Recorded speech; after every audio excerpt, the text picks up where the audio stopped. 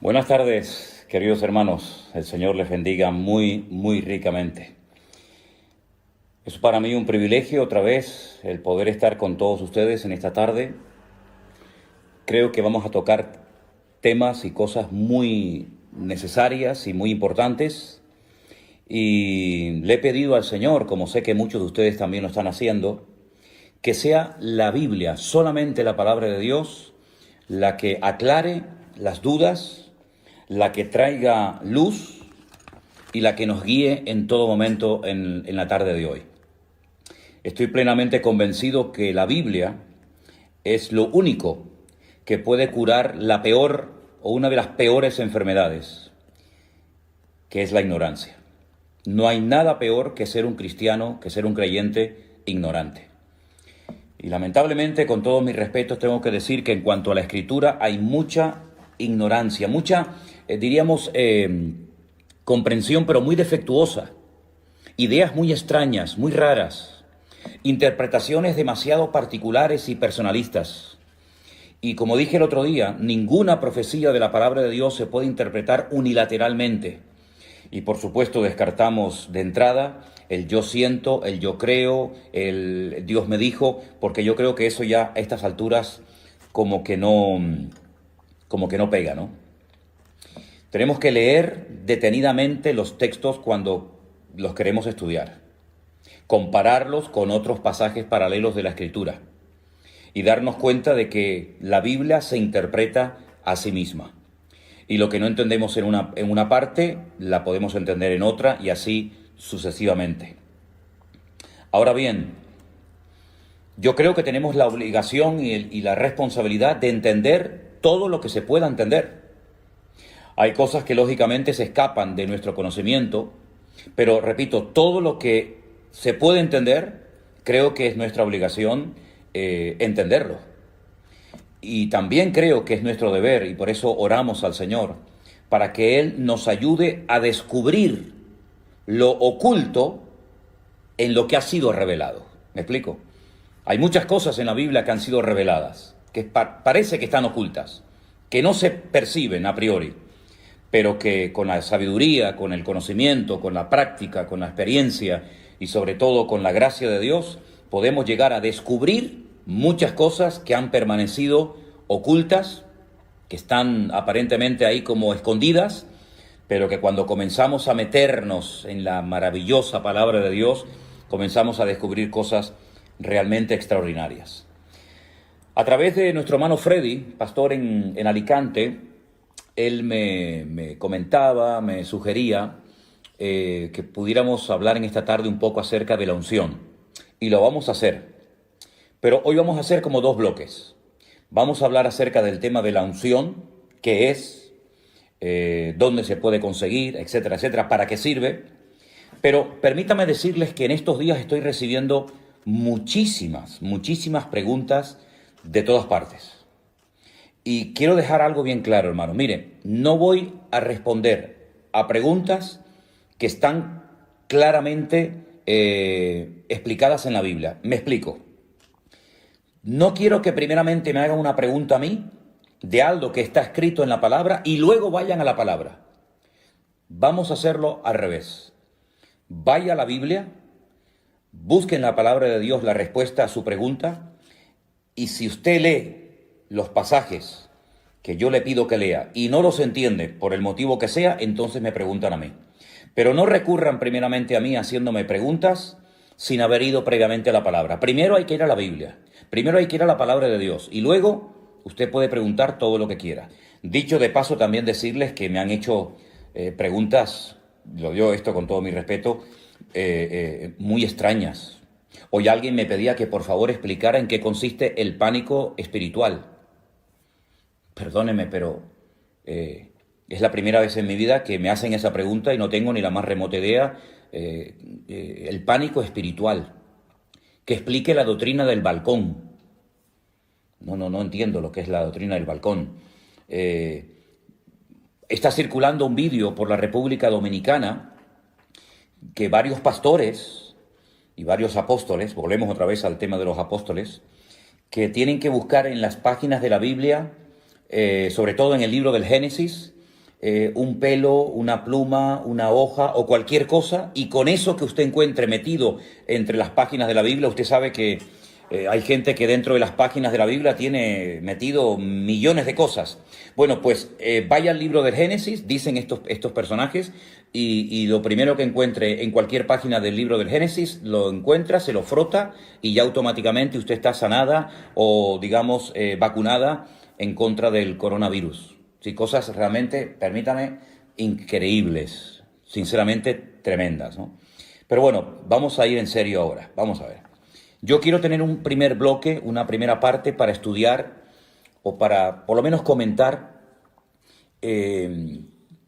lo que nos explica el profeta Ezequiel en dos capítulos de su libro. Concretamente el capítulo 38 y el capítulo 39 del libro de Ezequiel. Mucha gente me ha preguntado por estos personajes, por estas naciones que aquí se mencionan. Por ejemplo, en el capítulo 38 del libro de Ezequiel, en el versículo 5 y 6, se menciona a Persia, a Cus, a Fut, a Gomer, a Togarma, y algunos me preguntan, esas naciones que se mencionan aquí, esos países o esas ciudades, hoy en día, ¿a qué países corresponden? Bueno, vamos a empezar respondiendo a esta pregunta. Antiguamente, al actual país de Irán se le conocía como Persia. Usted sabe que los persas, junto con los medos, formaron un imperio que fueron el que derrotaron al imperio de los babilónicos, el rey Nabucodonosor. Los persas en la actualidad son los iraníes y los kurdos, que no tienen tierra, serían los medos, ¿vale? Así que ya tenemos explicada quién es Persia. Cus es Etiopía. Recuerden ustedes los cusitas. ¿Se acuerdan ustedes que había un problema porque Moisés estaba casado con una mujer cusita, con una mujer de color? Era de Etiopía. También se menciona a Fut. Fut en la Biblia es el país de Libia, ese país que está desarmado desde que murió Gaddafi. Es un país que está en constante guerra civil, pelean todos contra todos, pues Fut es Libia. Gomer, en el versículo 6, Gomer y todas sus tropas son exrepúblicas soviéticas. Y Togarma es la parte sur de Rusia. Ahora, cada vez, y si no al tiempo y lo veréis, cada vez se va a ir hablando más de Rusia, de China, de algunos países árabes y también, como no, de Europa. En las profecías de la Biblia, las que aparecen en el libro de Ezequiel, en el libro de Daniel y otros libros, yo por lo menos no veo por ninguna parte a Estados Unidos.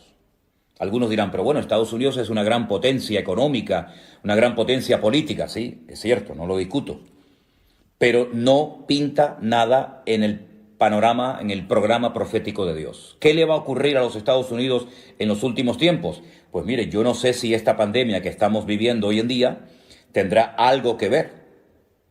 Lo que se dice es que en Estados Unidos pueden llegar a haber millones de muertos. Y esto va a afectar mucho, sin lugar a dudas, la economía y la estabilidad norteamericana. Y con todo mi respeto, sé que hay muchos hermanos que me escuchan y me ven desde los Estados Unidos, y quiero decir esto con todo respeto. Para muchas personas, Estados Unidos siempre ha sido como una especie de paraíso terrenal, ¿verdad? Los países más cercanos a Estados Unidos, países centroamericanos, países latinoamericanos, siempre o muchas veces el sueño de muchos era poder ir a los Estados Unidos y conseguir un buen trabajo y poder empezar una nueva vida. Y no hay nada malo en eso, ¿ok? De hecho, los fundadores, los padres de Norteamérica vinieron de Europa porque buscaban una vida nueva, ¿verdad? Pero lo que no podemos caer es en el error de creer que Estados Unidos es como una especie de gran papá, una especie de Dios, y de esa manera ya todas nuestras necesidades materiales y espirituales están cubiertas. El famoso sueño americano, ¿verdad? Bueno, gloria a Dios por los Estados Unidos, gloria a Dios por todos los miles de misioneros que han mandado por toda la faz de la tierra. Gloria a Dios por los millones de dólares que han salido de las arcas de las iglesias y de los bolsillos de muchísimos hermanos y ministerios norteamericanos. Pero Estados Unidos, espiritualmente hablando, está en una crisis tremenda. Y los hermanos que viven en Estados Unidos lo pueden confirmar. Estados Unidos hace mucho, mucho tiempo que tiene que volver en genuino arrepentimiento al Señor. Y pienso que a lo mejor este presidente que tienen en la actualidad, Donald Trump, puede ser tal vez la última oportunidad que tengan los norteamericanos antes de entrar en un trato muy severo de parte del Señor, para que vuelvan otra vez a la senda antigua, para que vuelvan otra vez al origen, para que vuelvan otra vez a la fuente de la vida, que es nuestro Señor Jesucristo. Entonces, el Estados Unidos no aparece en el programa profético de Dios, pero Rusia sí, y China también, y los países árabes también, y Europa también. Y por eso cada vez vamos a oír más de Rusia. Cada vez los chinos, por un motivo o por otro, cada vez se va a hablar más de ellos. Y de Europa, la pobre Europa, la pobre víctima que no sabe dónde meterse, no sabe hacia qué lado inclinarse. Esa Europa que tiene nombre de mitología griega, que todavía no sabe cuál es su identidad, si tiene que abrirse a todas las religiones, si tiene que volver al cristianismo, si tiene que ponerse del lado de unos países o ponerse al lado de otros países. Bueno, pues en esos cuatro grupos, ahí se mueve prácticamente todo lo que va a ser el futuro. Y lógicamente, no podía ser de otra manera, Israel, ¿verdad? Entonces, repito, Rusia, China, Europa y algunos países árabes, cada vez se va a hablar más de ellos. No me malinterpreten con lo que voy a decir a continuación. Aunque es una realidad este tema famoso del coronavirus, y aunque es un hecho de que hay miles de personas que están muriendo en todas partes del mundo por este tema, que esto no sea algo que nuble nuestra visión espiritual, por favor. Que esto no nos despiste, porque hay profecías que para que se cumplan tienen que darse situaciones muy, muy parecidas a las que estamos viviendo en este tiempo. Digamos que este sería el caldo de cultivo o el inicio, el comienzo de un proceso que ya no va a dar marcha atrás. Es una especie como de cuenta regresiva.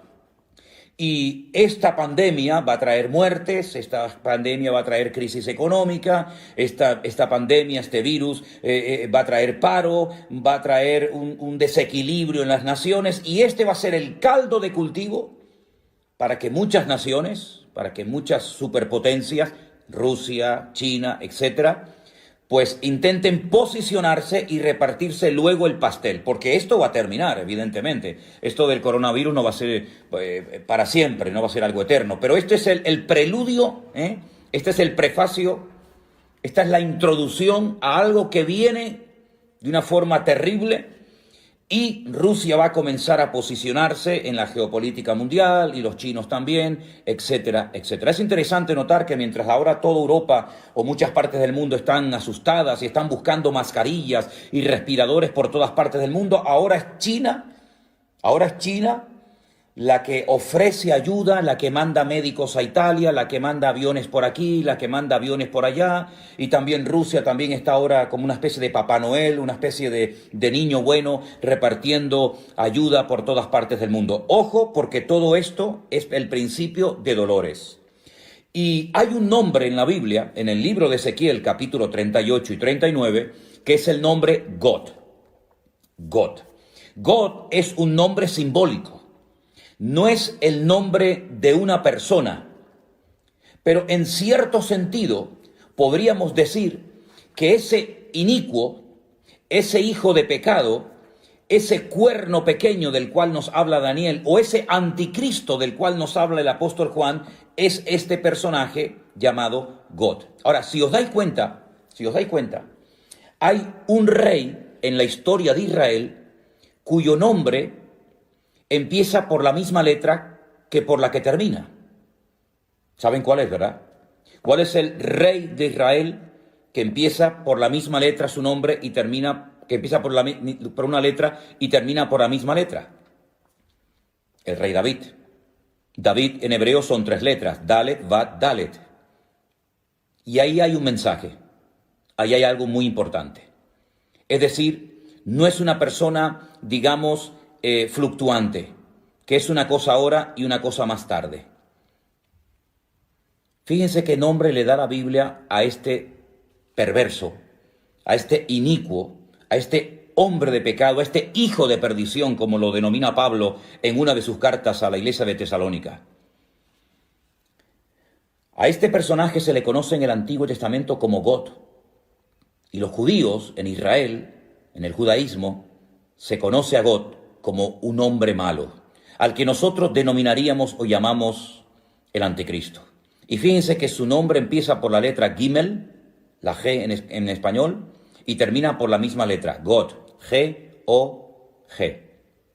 Es como una especie de imitación de todo lo que Dios, de todo lo que el Señor ha estado haciendo a lo largo de la historia. Es la última oportunidad que Satanás tendrá para poder alcanzar sus objetivos. Ahora, Satanás, por primera vez en toda la historia de la humanidad, va a ir en contra de su esencia. Porque el Señor Jesucristo dijo que Satanás es un ladrón que viene a hurtar, a matar y a destruir. Pero por primera vez en la historia, un instrumento tremendamente usado por Satanás, como va a ser este God o este anticristo, va a ofrecer algo que Satanás no puede ofrecer porque va en contra de su esencia. ¿Y saben lo que es? Paz y seguridad. Satanás, desde el día que se rebeló contra su creador, no ha tenido ni un día de paz. Es un ser atormentado, es un ser amargado, es un ser errante, no tiene amigos, no tiene familia, no tiene nada a lo que agarrarse. Es un ser solitario que sabe que le queda poco tiempo y a través de todas las edades ha intentado destruir, neutralizar, hacer fracasar el plan de Dios, y ahora cambia la estrategia y comienza a ofrecer a través de este personaje paz y seguridad. Ahora bien, este personaje, el anticristo, que se va a levantar en los últimos tiempos, se va a manifestar como el hombre de pecado, ofrecerá paz y seguridad, pero cuidado, es falso. Da una imagen totalmente diferente a lo que realmente es. Lo pueden ver en el libro de Apocalipsis. Su apariencia es una cosa, pero cuando habla es otra. Entonces es muy importante ver los animales de los cuales se habla en el libro de Daniel, y nos dice la Biblia que es como un león, que es como un oso, que es como un leopardo. Es una mezcla de esos imperios que nos han precedido en el pasado, pero lo que va a hacer a los 3 años y medio de su reinado, de su gobierno, va a ser una traición. Se va a volver en contra del pueblo de Israel. Pero aquí también Dios sigue dominando y controlando el orden mundial. Porque, dicho sea de paso, si os dais cuenta, cada vez esta expresión que acabo de mencionar, cada vez se está oyendo más en la televisión, en las radios.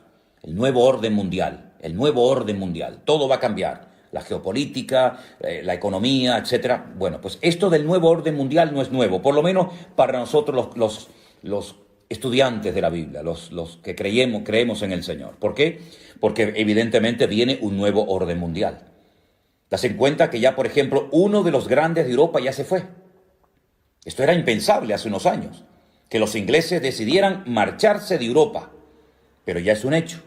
El famoso Brexit ha hecho que Inglaterra saliera de Europa. Ya es uno menos. Hay una serie de países en este momento en Europa que no están dispuestos a echar una mano, a ser solidarios, por ejemplo, con Italia, por ejemplo, con nosotros los españoles, por ejemplo, con Francia. Hay una tirantez, hay una división interna en la Unión Europea, que de unión no tiene nada. Y por otra parte, están ahí como esperando la oportunidad los árabes. Los árabes que van a jugar un papel fundamental en los últimos tiempos, porque los árabes tienen algo que el mundo necesita, pero se está tratando de desarrollar nuevas tecnologías, se está tratando de evitar que se dependa 100% del petróleo de los países árabes. Y ahora, por ejemplo, Estados Unidos está pensando en venderle de su petróleo al mundo. Y por otra parte tenemos a Rusia desde hace años con tecnología curiosamente alemana y norteamericana, parece mentira, tratando de hacer un oleoducto para suministrar gas a toda Europa y para que no dependamos del gas, por ejemplo, de Marruecos o de otros países. Es decir, que todo esto del coronavirus es un hecho, es una realidad, no cabe la menor duda. Pero también no nos olvidemos, hermanos, siervos de Dios, Iglesia de Jesucristo, no nos olvidemos que detrás de esta cortina de humo, detrás de este hecho del coronavirus, se están dando movimientos entre bambalinas que van a cambiar el rumbo de la historia de la humanidad, pero no les quepa a ustedes la menor duda. En los capítulos 38 y 39 del libro de Ezequiel se mencionan a Mesec y a Tubal. Sería muy bueno que ustedes anotaran esta cita, Génesis capítulo 10. En Génesis capítulo 10 se nos habla acerca de los hijos de Jafet. Yo no tengo tiempo para explicar todo esto ahora, pero cuando Noé salió del arca, sus tres hijos, Sem, Cam y Jafet, se extendieron por todas las naciones de la tierra y todas las naciones tienen su origen en Sem, en Cam o en Jafet. Y hijos de Jafet fueron Mesed y Tubal, es decir, que Mesed y Tubal fueron nietos nada más y nada menos que de Noé. Y estos hijos de Jafet, estos nietos de Noé, sería muy interesante que ustedes vieran dónde se ubicaron, dónde comenzaron a reproducirse, qué países del mundo comenzaron a poblar, de tal manera que de esas regiones en los últimos tiempos se levantarán ejércitos tremendamente poderosos y armados hasta los dientes y que van a ser llevados, escuche bien esto, van a ser llevados por Dios hasta Israel para que allí conozcan el poder de Dios. Es decir, Dios nunca ha perdido el control de las naciones, ni del mundo. Dios es soberano. Y Dios sabe cuándo y cómo y dónde mover a los líderes, a las naciones, a los ejércitos, etcétera, etcétera.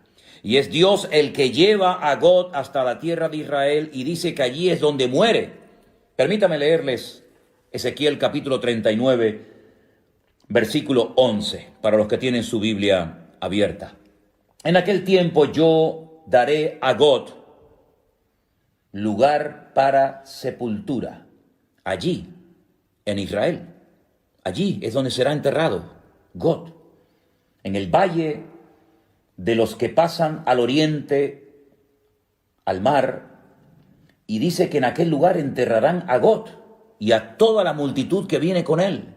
Y aquel lugar será llamado el valle de la multitud de God. Es muy interesante que aún esta batalla, esta famosa batalla de Armagedón, aún no se ha llevado a cabo, y ya el Señor nos dice de antemano a través del profeta Ezequiel dónde va a ser enterrado God. Una vez hablando con unos rabinos en Jerusalén, salió este tema, el tema de God, de Magog, de Mesec, de Tubal, porque Magog es la tierra, ¿vale? Magog es la tierra sobre la cual reina God, ¿bien? Y Mesec y Tubal son, digamos, regiones satélites, antiguas hijas de la Unión Soviética, que se volverán a unir en los últimos tiempos y, capitaneados por Rusia y por otros ejércitos, atacarán al pueblo de Israel desde el norte, dice la Biblia. El peor enemigo de Israel está en el norte. Cojan un mapa cuando puedan y tracen una línea recta desde Jerusalén hacia arriba y van a llegar derecho a Moscú. en línea recta, sin desviarse ni a derecha ni a izquierda, de Jerusalén hacia arriba, cruzan todo lo que son los altos del Golán, atraviesan Siria, pasan por Turquía y a continuación arriba, directamente, justo al norte, Moscú, la capital de Rusia. Entonces, lo que quería decirles es que el pueblo de Israel sabe perfectamente estas profecías. Muchos las conocen y saben perfectamente que del norte viene una invasión tremenda, tremenda. Ahora, como les decía, hablando una vez con estos rabinos, y salió el tema de God y cómo iba a ser enterrado y todo esto, me dieron una explicación, una respuesta interesante. No digo que sea exactamente así, pero yo os la voy a compartir porque sé que a muchos de ustedes les interesa este tema. ¿Se acuerdan ustedes cuando Noé salió del arca? Dice que al poco tiempo Noé apareció totalmente desnudo, borracho en la puerta de su tienda. Recuerden los 3 nombres de los hijos de Noé: Sem, Can y Jafet. Dice la Biblia que Can se burló de su padre. Parece ser que hubo sus más y sus menos. Y cuando Noé despierta, maldice a la descendencia de Can. Maldice a Canaán, que aún no había nacido. Los cananeos son descendientes de Can. Y eran naciones, eran pueblos que estaban totalmente bajo la maldición de Noé.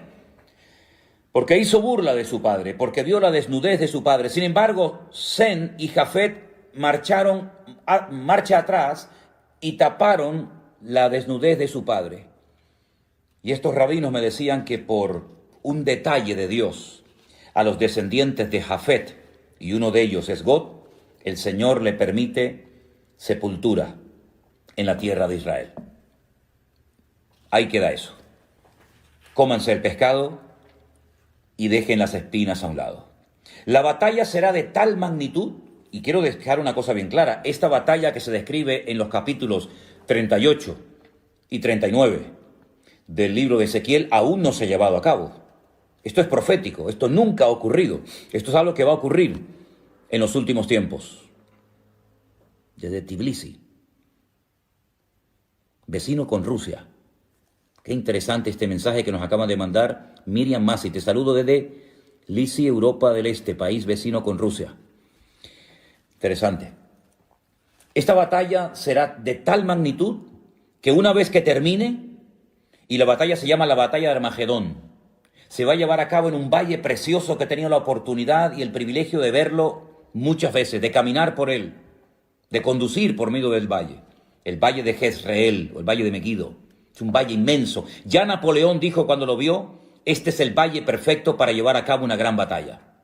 Bueno, pues en ese valle se va a llevar a cabo una batalla tremenda que va a llegar hasta el Monte de los Olivos en Jerusalén, donde muere el anticristo y muchas de sus tropas. Y una vez que la batalla termine, dice que estarán durante 7 años quemando al fuego el armamento que las tropas trajeron para atacar al pueblo de Israel. Allí habrán tropas de todas partes del mundo, ¿eh? También los chinos mandarán millones y millones de soldados para atacar al pueblo de Israel. Porque al final todas las naciones del mundo quieren conquistar Jerusalén y la quieren para ellos. Y la Biblia nos enseña que en ese valle de Armagedón la batalla será tan espectacular. Dice la Biblia que lloverá lluvia impetuosa, piedras de granizo, fuego y azufre. Apocalipsis dice que serán del peso de un talento, 45 kilos. Probablemente está haciendo referencias a bombas, vete tú a saber. Y la Biblia nos enseña que durante 7 años después de la batalla de Armagedón estarán quemando el armamento de todas aquellas personas que vinieron a pelear contra Israel. 7 años. Pero en el versículo 12 dice, y la casa de Israel los estará enterrando por 7 meses para limpiar la tierra. Fíjense la cantidad de millones de personas que mueren, que estarán 7 meses enterrando muertos.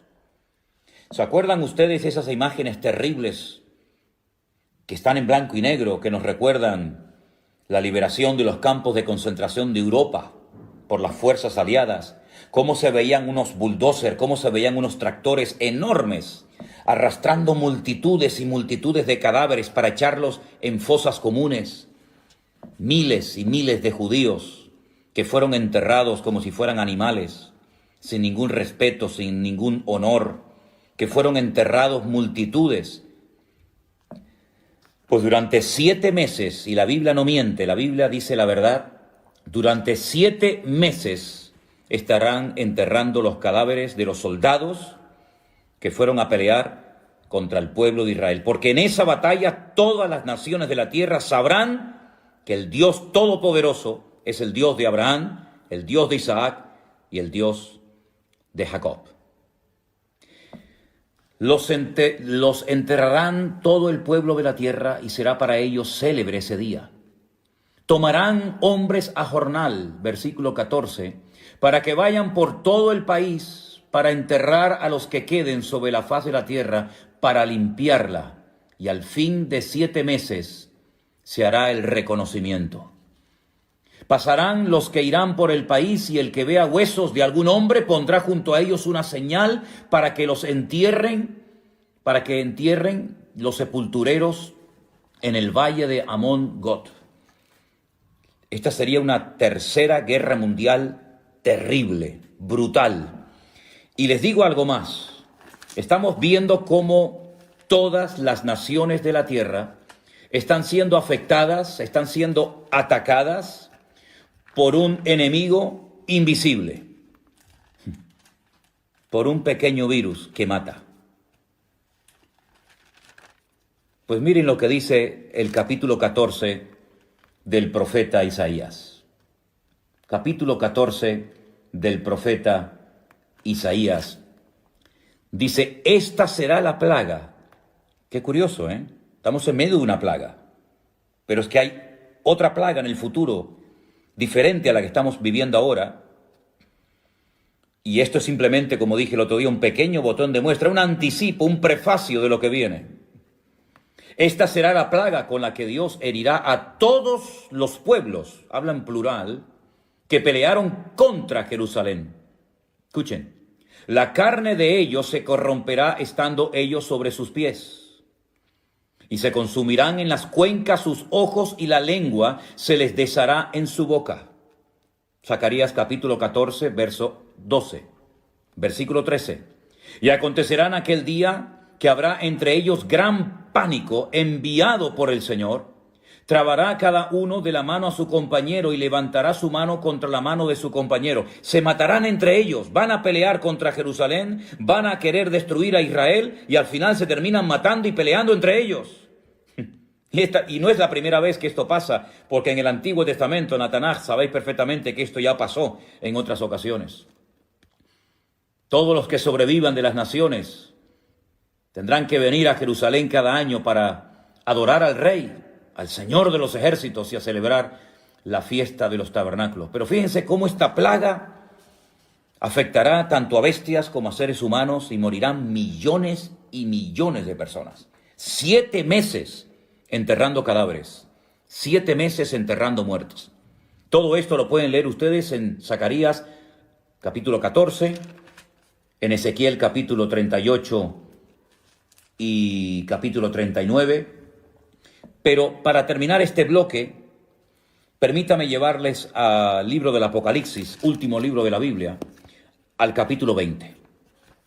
Ha habido una gran batalla, la batalla de Armagedón, una batalla donde han muerto millones de seres humanos. El Señor viene, establece su reino en Jerusalén por 1000 años, y después de los 1000 años, Satanás, que ha estado durante todo este tiempo atado, privado de libertad, sin poder hacer absolutamente nada, pues dice en el capítulo 20, que habla acerca del tema del milenio, en el versículo 7, cuando los 1000 años se cumplan, Satanás será suelto de su prisión y saldrá a engañar a las naciones que están en los 4 ángulos de la tierra. Y otra vez menciona a Gog, a Magog, a fin de reunirlos para la batalla, el número de los cuales es como la arena del mar. Es decir, no han aprendido la lección. El hombre no termina de aprender del pasado, vuelve siempre a cometer los mismos errores. Han visto una batalla tremenda donde han muerto millones y millones de seres humanos, donde han estado 7 años quemando al fuego el armamento, donde han estado meses enterrando cadáveres, donde la sangre dice que ha llegado hasta la altura de los frenos de los caballos, por poner un ejemplo. Terrible. Ríos de sangre. Es como un lagar donde Dios derrama su ira contra las naciones que vienen a atacar a Israel. Comienza el milenio, está el Señor Jesucristo, subimos a Jerusalén a adorarle, estamos allí con Él, vemos su gloria, vemos su imperio, vemos su dominio y su autoridad, sueltan al diablo y vuelven otra vez a juntarse las naciones para atacar otra vez al campamento de Dios. El hombre no termina de aprender. Aprenderán las naciones, aprenderán estos políticos que tenemos, las lecciones que nos está dando la historia, el mensaje que le está transmitiendo Dios a la humanidad a través de esta pandemia. En fin, ustedes saben perfectamente la respuesta. Pasamos a otro tema. La unción. ¿Qué es la unción? La Biblia nos enseña que los reyes, antes de poder gobernar, tenían que ser ungidos, ¿verdad? Vemos, por ejemplo, por poner un ejemplo, vemos a Samuel yendo a Belén de Judea, a la casa de un tal Isaí, para ungir con un aceite especial, el aceite de la unción, como se dice en Éxodo 25:6. Voy a dar una serie de versículos, los que están tomando nota, este es el primero, Éxodo 25:6. El aceite de la unción se preparaba con unas especies muy especiales. El aceite de la unción no se podía utilizar para otras cosas más que para ungir, ¿vale? Y allí en el libro de Éxodo, capítulo 25:6, se habla del aceite de la unción, y también en el libro de Levítico se nos dice un poco de su elaboración, de cómo se preparaba. Vemos en el libro de los Salmos, yo voy a dar el versículo y no puedo leer todos los textos porque si no esto sería interminable. En el Salmo 89:20 dice que el Señor ungió a David para ser rey de Israel. También a otros, ¿no? Pero concretamente el Salmo 89 es el salmo donde encontramos el pacto que hace Dios con David, y en ese pacto incluía una unción especial para ser rey de las 12 tribus de Israel, ¿vale? La palabra Mashiach, ungido, no es un nombre propio, como puede ser Antonio, Tomás, Santiago, Ricardo, Alberto, Manuel, sino que es un título, más que un título, es algo que se hacía sobre las personas, sobre algunos objetos, para consagrarlos para un servicio especial. Se ungían a los reyes, se ungían a los profetas, se ungían a personas para una función específica. El rey de Israel era el ungido del Señor.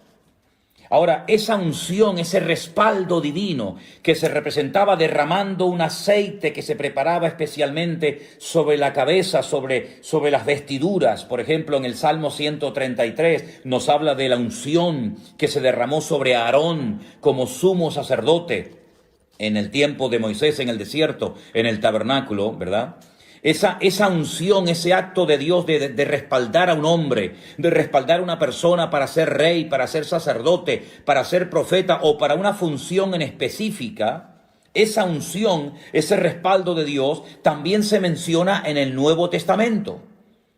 Pero ya no se ve a nadie echándole aceite sobre la cabeza a nadie para que reciba la unción. Es cierto que en el Nuevo Testamento hay algunos textos donde se habla del aceite. Por ejemplo, hoy encontraba un versículo muy interesante, y ese sí quiero leerlo, en Marcos capítulo 6, versículo 13, en el Evangelio según San Marcos, capítulo 6, versículo 13, yo no sé si se han dado cuenta de que ahí se menciona el aceite y la utilizaban los discípulos. Dice que echaban fuera demonios los discípulos, y ungían, derramaban aceite a muchos enfermos y los sanaban. Hay un momento en el que los discípulos les ponían aceite a los enfermos y eran sanados. Y Santiago en su epístola nos dice que está alguno enfermo, llame a los ancianos de la iglesia para que vayan, lo unjan con aceite, y verdad. Entonces vemos que es algo también del Nuevo Testamento, pero no se utiliza en el Nuevo Testamento el aceite para ungir a un pastor, o para ungir a un diácono, o para ungir a una persona para que haga una función específica en el cuerpo de Cristo, es decir, en la iglesia. No, eso no se ve en el Nuevo Testamento. Ahora, sin embargo, el Señor Jesucristo dice en el Evangelio según San Lucas que Él fue ungido para dar buenas nuevas a los pobres. ¿Quién ungió? ¿Quién ungió al Hijo de Dios, al Señor Jesucristo, para el ministerio espectacular que tuvo durante su existencia? Hay dos versículos muy interesantes que me gustaría que leyéramos. Uno se encuentra en Hechos capítulo 4, versículo 27. Hechos capítulo 4, versículo 27, nos dice lo siguiente acerca de la unción. Dice, porque verdaderamente se unieron en esta ciudad contra tu santo Hijo Jesús, a quien ungiste, Herodes y Poncio Pilato, con los gentiles y con el pueblo de Israel. Es decir, Pedro hablando, dando una explicación coherente a los que allí estaban pidiéndole explicaciones acerca de cosas que estaban sucediendo en aquellos tiempos en la iglesia primitiva, dice que Dios ungió a nuestro Señor Jesucristo. También en el mismo libro, pero en el capítulo 10, Hechos capítulo 10, versículo 38, dice, y cómo Dios ungió con el Espíritu Santo y con poder a Jesús de Nazaret, y cómo éste anduvo haciendo bienes y sanando a todos los oprimidos por el diablo, porque Dios estaba con él.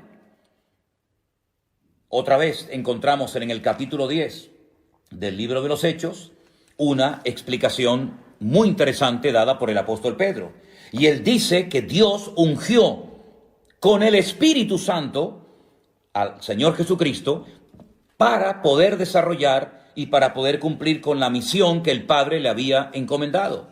La Biblia, cuando habla del Señor Jesucristo, habla de su ungido. Salmo capítulo 2, versículo 2.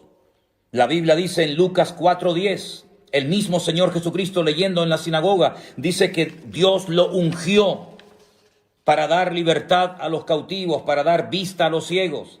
Hemos visto en Hechos 4:27, en Hechos 10:38, cómo el Señor Jesucristo fue ungido. Bueno, recuerden ustedes, mis queridos hermanos, que el día que Juan Bautista bautizaba al Señor Jesucristo en el río Jordán, dice la Biblia que el Espíritu de Dios descendió sobre él en forma corporal como de paloma.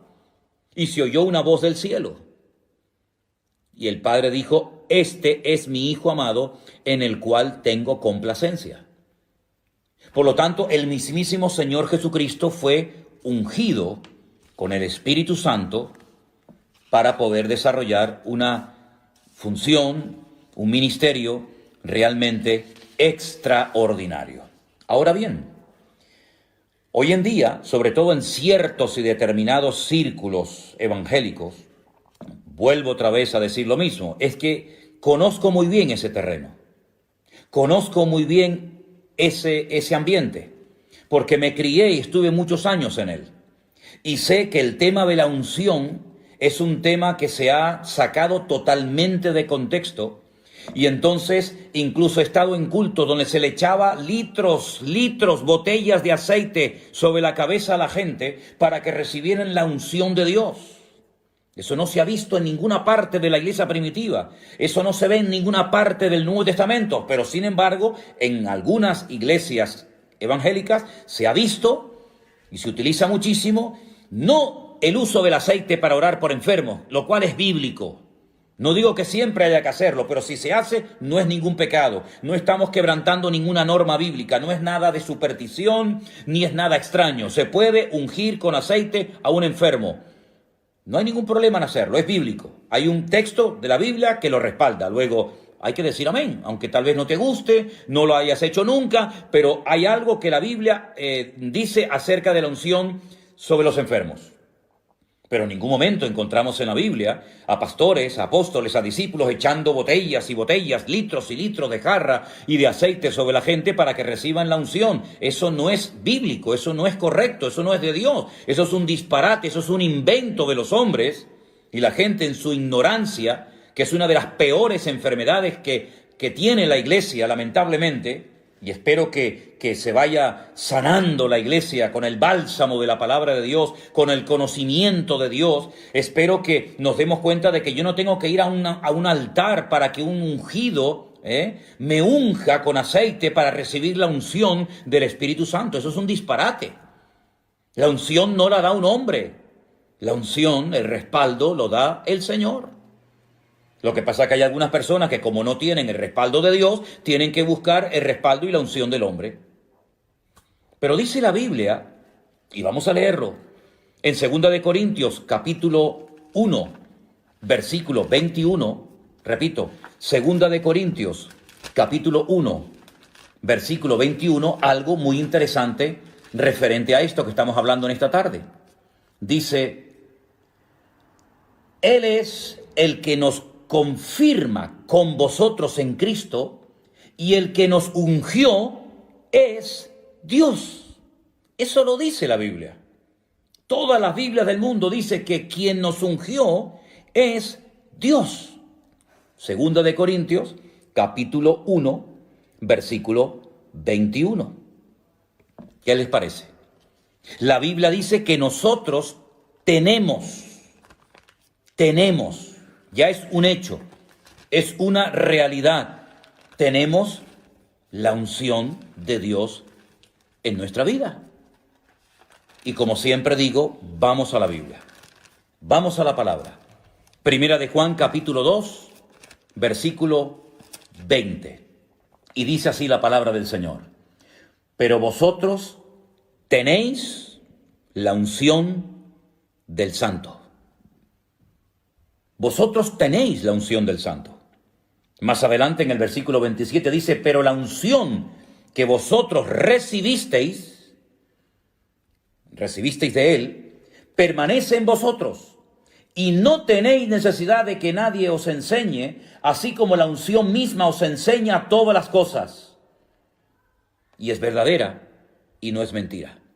Así que, queridos hermanos y amigos, la unción de Dios se manifiesta de muchas formas. Evidentemente, no todo el mundo ha recibido la misma capacidad. Cambiemos, si quieren, la palabra unción por la palabra capacidad y así nos entendemos todos mejor, ¿les parece? Dios ha capacitado a unos para la enseñanza.